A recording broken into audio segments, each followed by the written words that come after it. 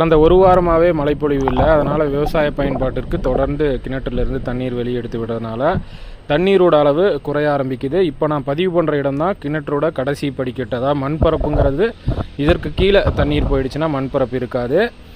இப்போ நீங்கள் பார்க்குற அந்த கருப்பு திலேப்பி மீனானது கூடு அமைக்கும் முயற்சியில் மற்ற மீன்களை விரட்டிட்டு அந்த இடத்துல சுழல் போல் சுற்றி வந்து ஒரு இடத்த கூடு மாதிரி தயார் செய்யும். அதற்கப்புறம் தான் பெண் மீன் அதில் முட்டை வச்சு குஞ்சுகள் பறிக்கும்.